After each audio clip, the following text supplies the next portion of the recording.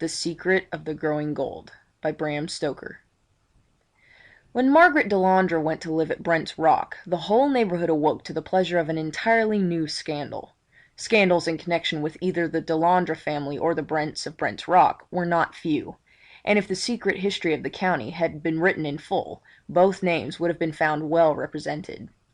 It is true that the status of each was so different that they might have belonged to different continents, or to different worlds for the matter of that, for hitherto their orbits had never crossed. The Brents were accorded by the whole section of the county a unique social dominance, and had ever held themselves as high above the yeoman class to which Margaret Delandre belonged as a blue-blooded Spanish hidalgo outtops his peasant tenantry. The Delandres had an ancient record, and were proud of it in their way, as the Brents were of theirs. But the family had never risen above yeomanry, and although they had been once well-to-do in the good old times of foreign wars and protection, their fortunes had withered under the scorching of the free trade sun and the piping times of peace. They had, as the elder members used to assert, stuck to the land, with the result that they had taken root in it, body and soul. In fact, they, having chosen the life of vegetables, had flourished as vegetation does, blossomed and thrived in the good season, and suffered in the bad. Their holding, Dander's Croft, seemed to have been worked out, and to be typical of the family which had lived in it. The latter had declined generation after generation, sending out now and again some abortive shoot of unsatisfied energy in the shape of a soldier or sailor who had worked his way to the minor grades of the services, and had there stopped, cut short either from unheeding gallantry in action, or from that destroying cause to men without breeding or youthful care, the recognition of a position above them which they feel unfitted to fill. So, little by little, the family dropped lower and lower, the men brooding and dissatisfied, and drinking themselves into the grave, the women drudging at home, or marrying beneath them, or worse. In process of time, all disappeared, leaving only two in the croft, Wykham Delandre and his sister Margaret. The man and woman seemed to have inherited in masculine and feminine form, respectively, the evil tendency of their race, sharing in common the principles, though manifesting them in different ways, of sullen passion, voluptuousness, and recklessness.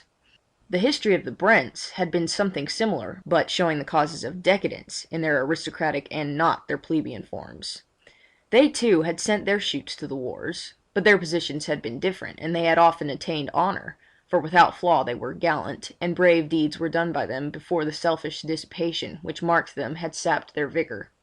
The present head of the family, if family it could now be called when one remained of the direct line, was Geoffrey Brent.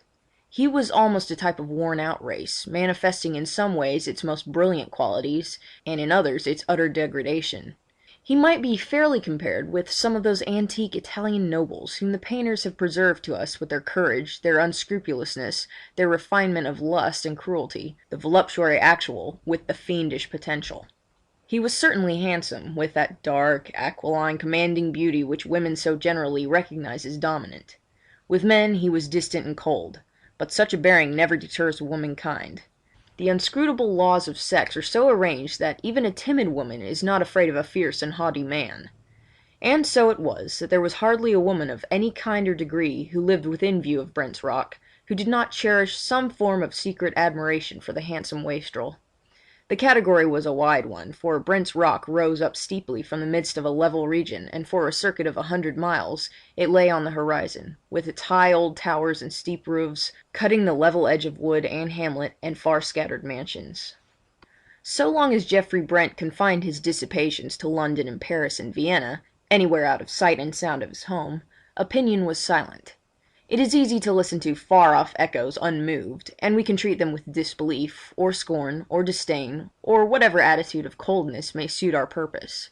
But when the scandal came close to home it was another matter, and the feelings of independence and integrity which is in people of every community, which is not utterly spoiled, asserted itself and demanded that condemnation should be expressed. Still, there was a certain reticence in all, and no more notice was taken of the existing facts than was absolutely necessary. Margaret Delandre bore herself so fearlessly and so openly, she accepted her position as the justified companion of Geoffrey Brent so naturally, that people came to believe that she was secretly married to him, and therefore thought it wiser to hold their tongues, lest time should justify her, and also make her an active enemy. The one person who, by his interference, could have settled all doubts was debarred by circumstances from interfering in the matter. Wykham Delandre had quarrelled with his sister, or perhaps it was that she had quarrelled with him, and they were on terms not merely of armed neutrality, but of bitter hatred. The quarrel had been antecedent to Margaret going to Brent's Rock. She and Wykham had almost come to blows. There had certainly been threats on one side and on the other, and in the end Wykham, overcome with passion, had ordered his sister to leave his house. She had risen straight away, and without waiting to pack up even her own personal belongings, had walked out of the house. On the threshold she had paused for a moment to hurl a bitter threat at Wykham, that he would rue in shame and despair to the last hour of his life his act of that day. Some weeks had since passed, and it was understood in the neighbourhood that Margaret had gone to London, when she suddenly appeared driving out with Geoffrey Brent, and the entire neighbourhood knew before nightfall that she had taken up her abode at the Rock. It was no subject of surprise that Brent had come back unexpectedly, for such was his usual custom. Even his own servants never knew when to expect him, for there was a private door, of which he alone had the key, by which he sometimes entered without anyone in the house being aware of his coming. This was his usual method of appearing after a long absence. Wykham Delandre was furious at the news. He vowed vengeance, and, to keep his mind level with his passion, drank deeper than ever. He tried several times to see his sister, but she contemptuously refused to meet him.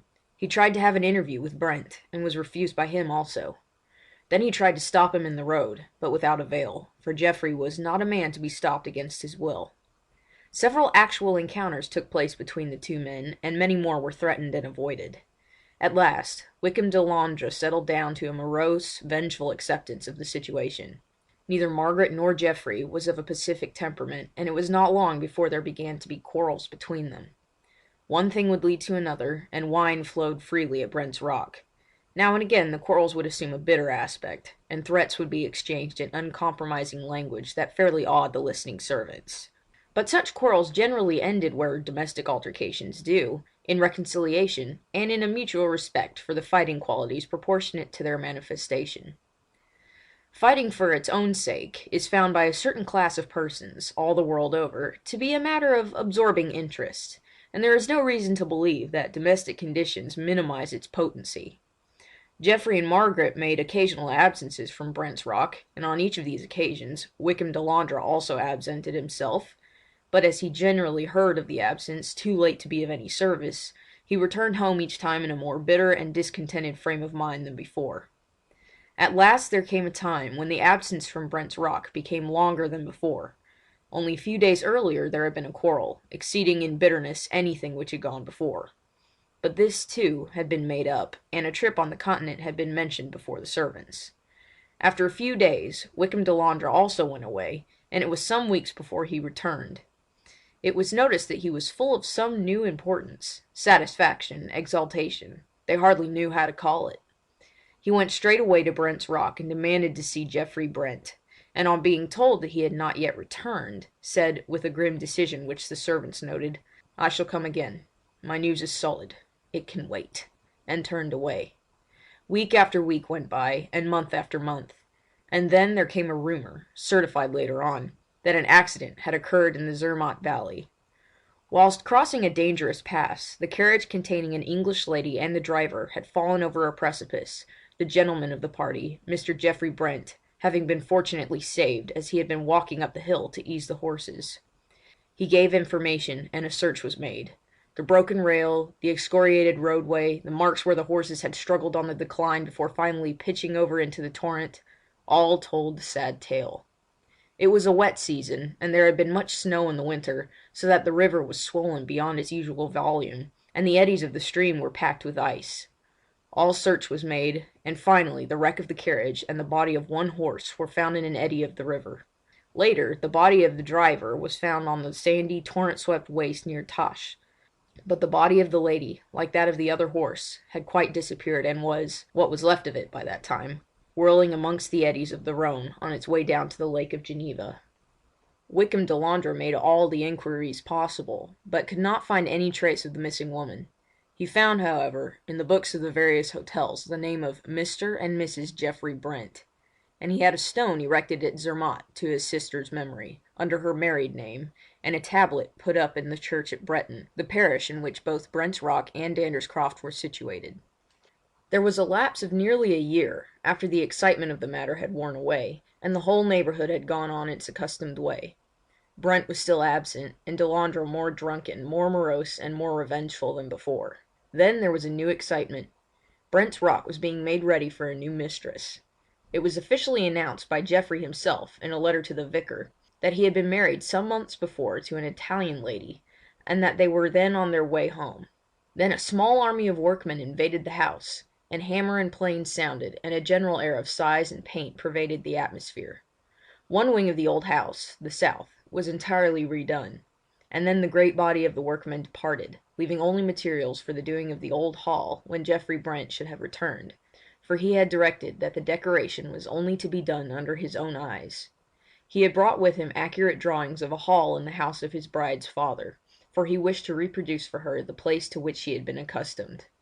As the moulding had all to be redone, some scaffolding poles and boards were brought in and laid on one side of the great hall, and also a great wooden tank or box for mixing the lime, which was laid in bags beside it. When the new mistress of Brent's Rock arrived, the bells of the church rang out, and there was a general jubilation. She was a beautiful creature, full of the poetry and fire and passion of the South, and the few English words which she had learned were spoken in such a sweet and pretty broken way that she won the hearts of the people almost as much by the music of her voice as by the melting beauty of her dark eyes. Geoffrey Brent seemed more happy than he had ever before appeared, but there was a dark, anxious look on his face that was new to those who knew him of old, and he started at times as though at some noise that was unheard by others. And so months passed, and the whisper grew that at last Brent's Rock was to have an heir. Geoffrey was very tender to his wife, and the new bond between them seemed to soften him. He took more interest in his tenants and their needs than he had ever done, and works of charity on his part as well as on his sweet young wife's were not lacking. He seemed to have set all his hopes on the child that was coming, and as he looked deeper into the future, the dark shadow that had come over his face seemed to die gradually away. All the time Wykham Delandre nursed his revenge. Deep in his heart had grown up a purpose of vengeance, which only waited an opportunity to crystallize and take a definite shape. His vague idea was somehow centred in the wife of Brent, for he knew that he could strike him best through those he loved, and the coming time seemed to hold in its womb the opportunity for which he longed. One night he sat alone in the living room of his house. It had once been a handsome room in its way, but time and neglect had done their work, and it was now little better than a ruin, without dignity or picturesqueness of any kind. He had been drinking heavily for some time, and was more than half stupefied. He thought he heard a noise, as of someone at the door, and looked up. Then he called half savagely to come in, but there was no response. With a muttered blasphemy he renewed his potations. Presently he forgot all around him, sank into a daze, but suddenly awoke to see standing before him someone or something, like a battered, ghostly edition of his sister. For a few moments there came upon him a sort of fear. The woman before him, with distorted features and burning eyes, seemed hardly human, and the only thing that seemed a reality of his sister, as she had been, was her wealth of golden hair, and this was now streaked with grey. She eyed her brother with a long, cold stare, and he, too, as he looked and began to realize the actuality of her presence, found the hatred of her which he had had once again surging up in his heart. All the brooding passion of the past year seemed to find a voice at once as he asked her, "Why are you here? You're dead and buried." "I am here, Wykham Delandre, for no love of you, but because I hate another even more than I do you." A great passion blazed in her eyes. "Him?" he asked in so fierce a whisper that even the woman was for an instant startled till she regained her calm. "Yes, him," she answered. "But make no mistake, my revenge is my own, and I merely use you to help me to it." Wykham asked suddenly, "Did he marry you?" The woman's distorted face broadened out in a ghastly attempt at a smile. It was a hideous mockery, for the broken features and seamed scars took strange shapes and strange colours, and queer lines of white showed out as the straining muscles pressed on the old cicatrices. "So you would like to know. It would please your pride to feel that your sister was truly married. Well, you shall not know. That was my revenge on you, and I do not mean to change it by a hair's breadth. I have come here tonight simply to let you know that I am alive. so that if any violence be done me where I am going, there may be a witness." "Where are you going?" demanded her brother. "That is my affair, and I have not the least intention of letting you know." Wickham stood up, but the drink was on him, and he reeled and fell. As he lay on the floor he announced his intention of following his sister, and with an outburst of splenetic humour told her that he would follow her through the darkness by the light of her hair and of her beauty. At this she turned on him, and said that there were others beside him that would rue her hair and her beauty too. "As he will," she hissed, "for the hair remains though the beauty be gone. When he withdrew the linchpin and sent us over the precipice into the torrent, he had little thought of my beauty. Perhaps his beauty would be scarred like mine, were he whirled, as I was, amongst the rocks of the Visp, and frozen on the ice pack in the drift of the river. But let him beware. His time is coming." And with a fierce gesture she flung open the door and passed out into the night. Later on that night Mrs. Brent, who was but half asleep, became suddenly awake and spoke to her husband. "Geoffrey, was not that the click of a lock somewhere below our window?" But Geoffrey, though she thought that he too had started at the noise, seemed sound asleep and breathed heavily. Again Mrs. Brent dozed, but this time awoke to the fact that her husband had arisen and was partially dressed. He was deadly pale, and when the light of the lamp which he had in his hand fell on his face, she was frightened at the look in his eyes. "What is it, Geoffrey? What dost thou?" she asked. "Hush, little one," he answered, in a strange, hoarse voice. "Go to sleep. I am restless, and wish to finish some work I left undone." "Bring it here, my husband," she said. "I am lonely, and I fear when thou art away." For reply he merely kissed her and went out, closing the door behind him. She lay awake for a while, and then nature asserted itself, and she slept. Suddenly she started broad awake, with the memory in her ears of a smothered cry from somewhere not far off. She jumped up and ran to the door and listened, but there was no sound. She grew alarmed for her husband, and called out, "Geoffrey! Geoffrey!" After a few moments the door of the great hall opened, and Geoffrey appeared at it, but without his lamp. "Hush!" he said in a sort of whisper, and his voice was harsh and stern. "Hush! Get to bed. I am working and must not be disturbed. Go to sleep and do not wake the house." With a chill in her heart, for the harshness in her husband's voice was new to her, she crept back to bed and lay there trembling, too frightened to cry, and listened to every sound. There was a long pause of silence, and then the sound of some iron implement striking muffled blows. Then there came a clang of heavy stone falling, followed by a muffled curse. Then a dragging sound, and then more noise of stone on stone. She lay all the while in an agony of fear, and her heart beat dreadfully. She heard a curious sort of scraping sound, and then there was silence. Presently the door opened gently, and Geoffrey appeared. His wife pretended to be asleep, but through her eyelashes she saw him wash from his hands something white that looked like lime. In the morning he made no allusion to the previous night, and she was afraid to ask any question. From that day there seemed some shadow over Geoffrey Brent. He neither ate nor slept as he had been accustomed, and his former habit of turning suddenly as though someone were speaking from behind him revived. The old hall seemed to have some kind of fascination for him. He used to go there many times in the day, but grew impatient if anyone, even his wife, entered it. When the builder's foreman came to inquire about continuing his work, Geoffrey was out driving. The man went into the hall, and when Geoffrey returned the servant told him of his arrival and where he was. With a frightful oath he pushed the servant aside and hurried up to the old hall. The workman met him almost at the door, and as Geoffrey burst into the room he ran against him. The man apologized. "Beg pardon, sir, but I was just going out to make some inquiries. I directed 12 sacks of lime to be sent here, but I see there are only 10. "Curse the 10 sacks and the 12 too," was the ungracious and incomprehensible rejoinder. The workman looked surprised, and tried to turn the conversation. "I see, sir, there's a little matter which our people must have done, but the governor will of course see it set right at his own cost." "What do you mean?" "That here hearthstone, sir.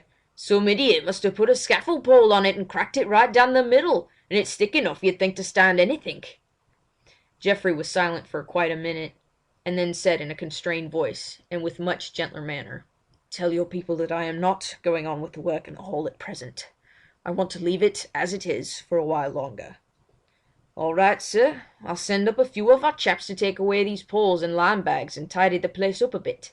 "No, no," said Geoffrey. "Leave them where they are. I shall send and tell you when you are to get on with the work." So the foreman went away, and his comment to his master was, "I'd send in the bill, sir, for the work already done. 'Pears to me that money's a little shaky in that quarter." Once or twice Delandre tried to stop Brent on the road, and at last, finding that he could not attain his object, rode after the carriage, calling out, "What has become of my sister, your wife?" Geoffrey lashed his horses into a gallop, and the other, seeing from his white face and from his wife's collapse almost into a faint that his object was attained, rode away with a scowl and a laugh. That night, when Geoffrey went into the hall, he passed over to the great fireplace, and all at once started back with a smothered cry. Then with an effort he pulled himself together and went away, returning with a light. He bent down over the broken hearthstone to see if the moonlight falling through the storied window had in any way deceived him. Then with a groan of anguish he sank to his knees. There, sure enough, through the crack in the broken stone, were protruding a multitude of threads of golden hair just tinged with grey. He was disturbed by a noise at the door, and looking round saw his wife standing in the doorway. In the desperation of the moment he took action to prevent discovery, and lighting a match at the table, stooped down and burned away the hair that rose through the broken stone. Then, rising as nonchalantly as he could, he pretended surprise at seeing his wife beside him. For the next week he lived in an agony, for, whether by accident or design, he could not find himself alone in the hall for any length of time. At each visit the hair had grown afresh through the crack, and he had to watch it carefully lest his terrible secret should be discovered. He tried to find a receptacle for the body of the murdered woman outside the house, but someone always interrupted him, and once, when he was coming out of the private doorway, he was met by his wife, who began to question him about it, and manifested surprise that she should not have before noticed the key which he now reluctantly showed her.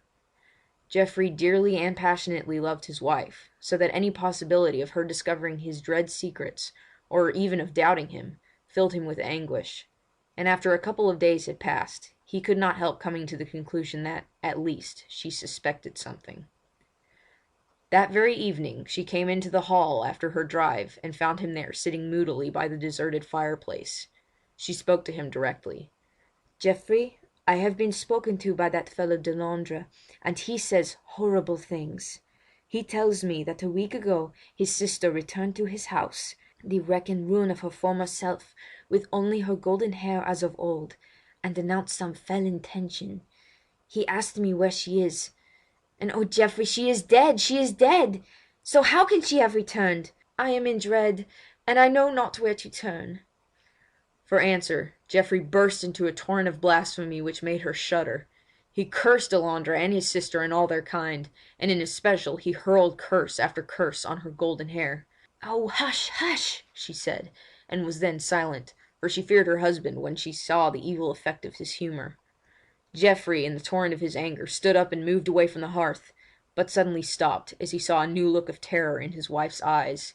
He followed their glance, and then he too shuddered, for there on the broken hearthstone lay a golden streak, as the point of the hair rose through the crack. "Look! Look!" she shrieked. "It is some ghost of the dead! Come away! Come away!" And seizing her husband by the wrist with the frenzy of madness, she pulled him from the room.